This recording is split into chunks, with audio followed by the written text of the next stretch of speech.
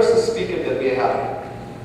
Most of you are familiar with Dr. Fizuni. Dr. Fizuni is the chair and professor for a government department at Sac State, and he has been very supportive of the Iranian American Democratic Association. And tonight, he has a great speech for you.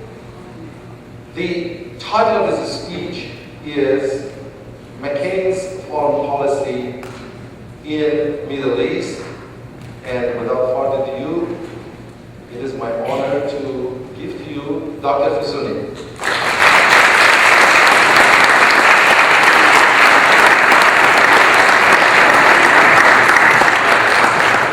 What I want to tell you about are those foreign policy views of the senator that are not widely discussed in public or media. Worldview is a concept that policy analysts use to identify fundamental perspectives of decision makers. So it refers to the basic ideological assumptions about the world one makes to guide their policy making. Senator McCain's worldview is anchored in a Manichean ideology that sharply divides the world into two poles, the good and the evil. Between the good and evil, black and white, the gray is of little significance. For him, the forces behind good and evil are engaged in an eternal battle.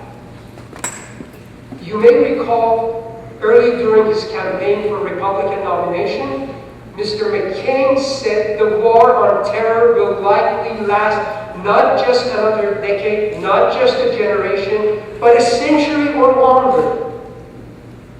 What this suggests is that the world does not really change for him. The struggle of good and evil will never end.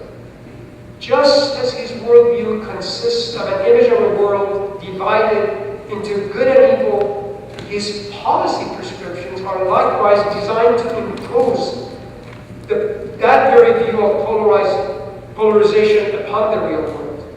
In fact, any policy inferred from Senator McCain's worldview will push to polarize the world even more drastically than President Bush has done, if you believe that's even possible.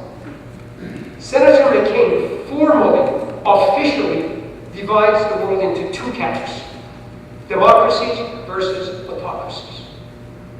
At the heart of Senator McCain's foreign policy to deal with the evils of the world is the creation of the so-called the League of Democracies, with America serving as the anchor. People may remember that during the 2000 Republican primaries, it was John McCain rather than George W. Bush who was favored by the so-called neoconservatives. They were gathering around John McCain, not George Bush. And if you remember that, it was the neoconservatives who ideologically remade George W. Bush after 9/11.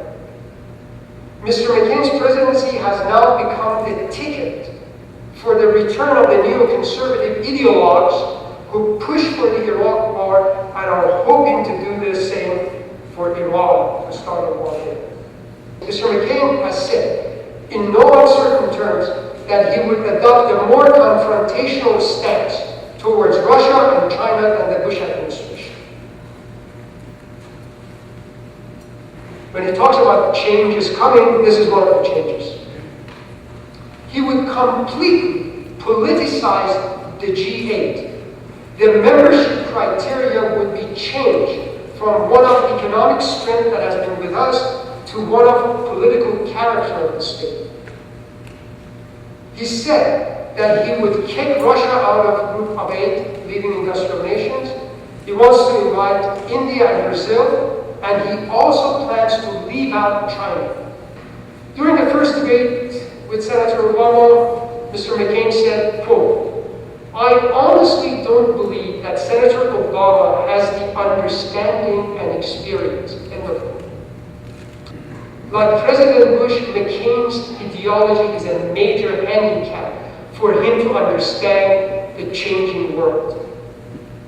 The most significant consequence of his worldview is his inability to see change, let alone understand and learn from it.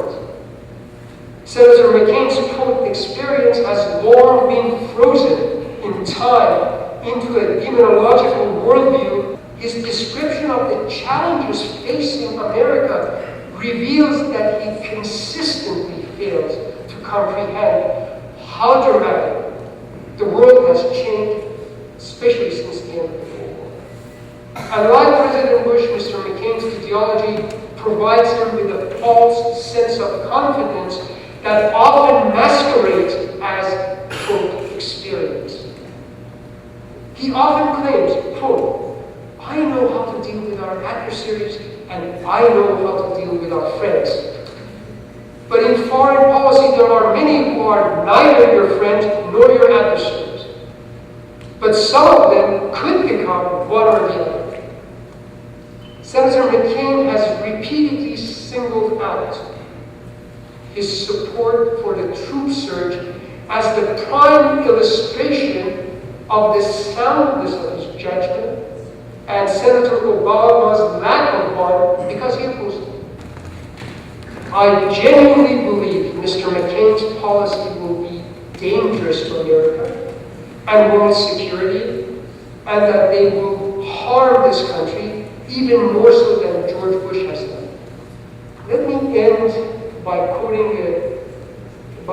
my sister, who is a psychoanalyst and who has a keener insight into politicians' personalities than political scientists. Comparing the two candidates, this is what she said. Whereas Senator Obama appeals to the mature adult in us, Senator McCain steers up the fearful and the greedy child in us.